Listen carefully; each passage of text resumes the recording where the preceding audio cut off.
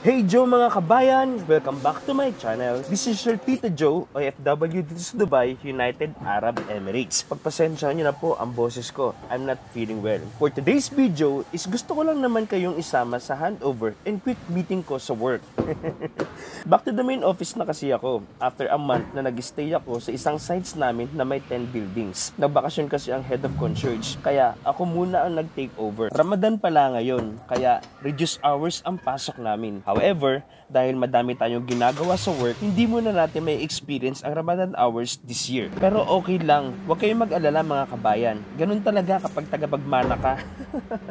Kidding aside, okay lang. And paborin naman sa part ko para reduce workload na ako pagdating kinabukasan. Itong place kung saan ako mag-handover and meeting is malapit na naman sa main office namin. Kaya pwede mo nang lakarin. Pero sa nakita nyo naman, may dala-dala akong sample ng carpet. Kaya need natin magsasakyan.